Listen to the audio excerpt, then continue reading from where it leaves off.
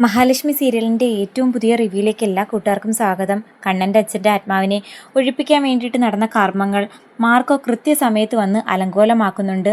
ആ ഒരൊറ്റ നിമിഷം മുതൽ ഉണ്ണിക്ക് സംശയം തോന്നി തുടങ്ങുന്നു. കൃത്യസമയത്ത് മാർക്കോ എങ്ങനെ അറിഞ്ഞു ഇവിടെ ഇങ്ങനെ ഒരു കർമ്മം നടക്കുന്നു എന്നുള്ള കാര്യം. കാരണം തങ്ങളെ സ്നേഹിക്കുന്നവരാരും ഇപ്പോൾ മഹിയോടോ അനന്തുവിനോടോ ലേഖയോടോ സംസാരിക്കാറില്ല.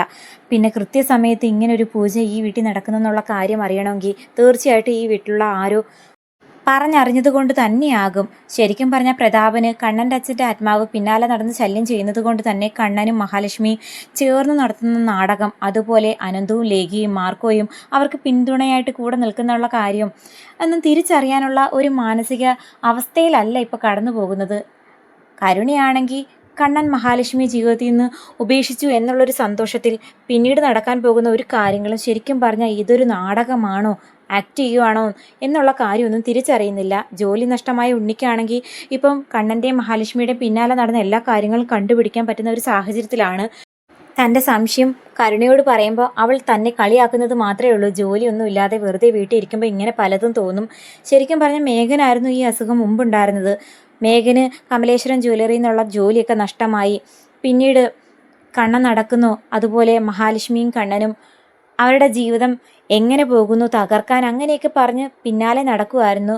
മലയ്ക്ക് പോയ കണ്ണനെയും മാർക്കോയെയും സാഗറിനെയൊക്കെ കൊല്ലാൻ പോയിട്ട് ഒടുക്കം അപകടത്തിൽപ്പെട്ട് സംസാരവും ചലനശേഷിയും നഷ്ടമായി തോമസ് വൈദ്യരുടെ ഹോസ്പിറ്റലിൽ കിടന്ന ആ വാടക കൊലയാളിയോട് സത്യങ്ങൾ തിരിച്ചറിയാൻ വേണ്ടിയിട്ട് മേഘൻ ആവുന്നതും ശ്രമിച്ചിട്ടുണ്ടായിരുന്നു. അതായത് വേദനിപ്പിച്ചിട്ടായാലും ക്യാഷ് കൊടുക്കാതെ ആയാലും ക്യാഷ് കൊടുത്തിട്ടായാലും പല മാർഗങ്ങൾ ശ്രമിച്ചു നോക്കിയെങ്കിലും സത്യങ്ങൾ തിരിച്ചറിയാൻ പറ്റിയില്ല. എന്നാൽ ഒടുക്കം സത്യങ്ങൾ തിരിച്ചറിഞ്ഞ മേഘൻ കണ്ണനെ തീർക്കാനായിട്ട് ആളൊഴിഞ്ഞൊരു സ്ഥലത്തേക്ക് കൂട്ടിക്കൊണ്ടു പോകുമ്പോഴായിരുന്നല്ലോ മാർക്കോ അങ്ങോട്ടേക്ക് വരുന്നതും അങ്ങനെ ഒരു അപകടമൊക്കെ ഉണ്ടാകുന്നത്.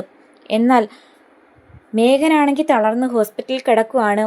മേഘൻ എന്തോ സത്യം തിരിച്ചറിഞ്ഞിട്ട് തന്നെയായിരിക്കും അപകടം പറ്റിയിട്ടുണ്ടാകുക എന്നുള്ളൊരു വിശ്വാസം ഉണ്ണിയിൽ അമിതമായിട്ടും ഉണ്ടാകുന്നു. കാരണം പൂജ നടന്ന കൃത്യസമയത്ത് മാർക്കോ എത്തിയതുപോലെ കണ്ണനെ കൂട്ടിക്കൊണ്ടുപോയ കൃത്യസ്ഥലത്തേക്ക് ആരോടെയും പറയാതെ കൂട്ടിക്കൊണ്ടുപോയ മേഘേട്ടനും കണ്ണേട്ടനും മാത്രമുള്ള സ്ഥലത്ത് ഫോൺ പോലും ഉപയോഗിക്കാൻ സമ്മതിക്കാതിരുന്ന ആ ഒരു സമയത്ത് കൃത്യമായിട്ട് മാർക്കോ എത്തണമെന്നുണ്ടെങ്കിൽ അതിൻ്റെ പിന്നിൽ എന്തൊക്കെയോ ദുരൂഹതയുള്ളത് മനസ്സിലാക്കിയ ഉണ്ണിയാണെങ്കിൽ വാമദേവനോട് ആ ഒരു സംശയം പറയുമ്പോഴത്തേക്കും അങ്ങനൊരു സംശയം തോന്നിയിട്ടുണ്ടെങ്കിൽ തീർച്ചയായിട്ടും അതിൻ്റെ പിന്നിലെ വാസ്തവം കണ്ടുപിടിക്കണം മോനെ. പലപ്പോഴും കണ്ണനും മഹാലക്ഷ്മിയും എല്ലാവരും കൂടി ചേർന്ന് നമ്മളെ ചതിച്ചിട്ടുണ്ട്. മഹാലക്ഷ്മി മരിച്ചു എന്നുള്ള രൂപത്തിൽ നമ്മളെ വിശ്വസിപ്പിച്ച് ഒരുപാട് നാടകം കളിച്ചിട്ടുള്ളതാ.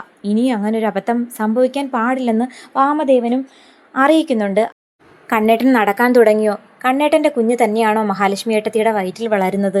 അതുപോലെ അനന്തവും ലേഖയും മാർക്കോയും കണ്ണേട്ടനും മഹാലക്ഷ്മി ഏട്ടത്തിയും എല്ലാവരും കൂടി ചേർന്ന് നടത്തുന്ന നാടകം മാത്രമാണോ സത്യങ്ങൾ മൂടി വെച്ചുകൊണ്ട് എന്നുള്ള സംശയം ഉറപ്പിക്കാൻ ഏക മാർഗം ഈ ഭൂമിയിൽ ആ സത്യങ്ങൾ അറിയാവുന്ന ഏക വ്യക്തി, അതായത് ശത്രുപക്ഷത്ത് നിൽക്കുന്ന സത്യങ്ങൾ അറിയാവുന്ന ഏക വ്യക്തി മേഘനാണെന്ന് തിരിച്ചറിഞ്ഞ ഉണ്ണിയാണെങ്കിൽ നിരന്തരം ഹോസ്പിറ്റലിലേക്ക് പോകുന്നുണ്ട്. മേഘേട്ടനോട് പല രൂപത്തിൽ അതിനെപ്പറ്റി ചോദിച്ച് മനസ്സിലാക്കാൻ ശ്രമിക്കുന്നുവെങ്കിലും കോമയിൽ കിടക്കുന്ന മേഘനാണെങ്കിൽ പ്രത്യേകിച്ചൊന്നും പറയാൻ പറ്റാത്ത അവസ്ഥയിലേക്ക് കടന്നു പോകുന്നത് കണ്ടിട്ട് ഉണ്ണി തന്നെ മുൻകൈയെടുത്ത് മേഘനെ തോമസ് വൈദ്യരുടെ ഹോസ്പിറ്റലിലേക്ക് ചികിത്സയ്ക്കായി കൊണ്ടുവരുന്നു.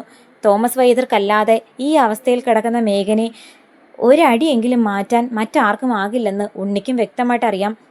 കമലേശ്വരം കൺസ്ട്രക്ഷൻ സൈറ്റിൽ മഹാലക്ഷ്മിയെ കൊല്ലാൻ വേണ്ടിയിട്ട് ഒരുക്കിയ കെണിയിൽ അമ്മാവനാണല്ലോ വീണത്. അത്രയും മേലിൽ നിന്ന് താഴെ വീണ അമ്മാവനെ ഈ രൂപത്തിൽ മാറ്റിയെടുത്തത് തോമസ് വൈദ്യർ ഒറ്റ ഒരാൾ വിചാരിച്ചിട്ടാണ്. അതുകൊണ്ട് തന്നെ മേഘനെയും മാറ്റിയെടുക്കാൻ വൈദ്യർക്കാകുമെന്ന് വിശ്വസിച്ച് ഉണ്ണിയാണെങ്കിൽ ഹോസ്പിറ്റലിലേക്ക് കൊണ്ടുവന്ന് ചികിത്സ ആരംഭിക്കുന്നു. അധികം താമസിക്കാതെ ചികിത്സയിൽ നല്ല പുരോഗതി കാണുകയും നമ്മുടെ മേഘനാണെങ്കിൽ ഓർമ്മയും അന്ന് നടന്ന കാര്യങ്ങൾ ഒന്ന് വിടാതെ ഓർത്തെടുത്ത് ഉണ്ണിയെ അറിയിക്കുകയും ചെയ്യുന്നു. അപ്പോൾ ഉണ്ണിക്ക് ഒരു കാര്യം മനസ്സിലാകുന്നു.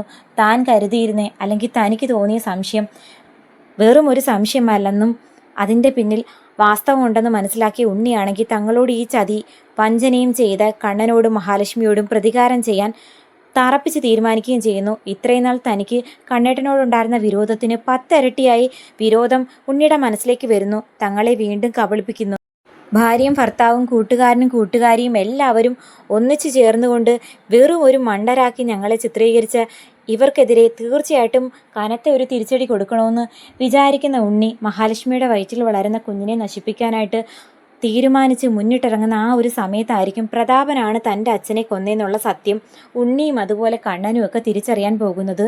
അങ്ങനെ മഹാലക്ഷ്മിയെയും കണ്ണനെയും ദ്രോഹിക്കാൻ നടക്കുന്ന ഉണ്ണിക്ക് കിട്ടാവുന്നതിലും ഏറ്റവും വലിയ തിരിച്ചടിയാണ് താൻ ഇത്രയും നാൾ കൂടെ കൂട്ടി ആട്ടും തുപ്പും എല്ലാം കേട്ട് സഹിച്ച് കൂടെ ജീവിച്ച തൻ്റെ ഭാര്യയുടെ അച്ഛൻ തന്നെയാണ് തൻ്റെ ജീവിതം ഇങ്ങനെ ആക്കാനും തൻ്റെ അച്ഛനെ കൊല്ലാനും കാരണം എന്ന് തിരിച്ചറിയുന്ന ഉണ്ണി തൻ്റെ ജീവിതത്തിൽ ആ നിർണായക തീരുമാനം എടുക്കുന്ന ആ ഒരു ഘട്ടം കാത്തിരുന്ന് കാണാം.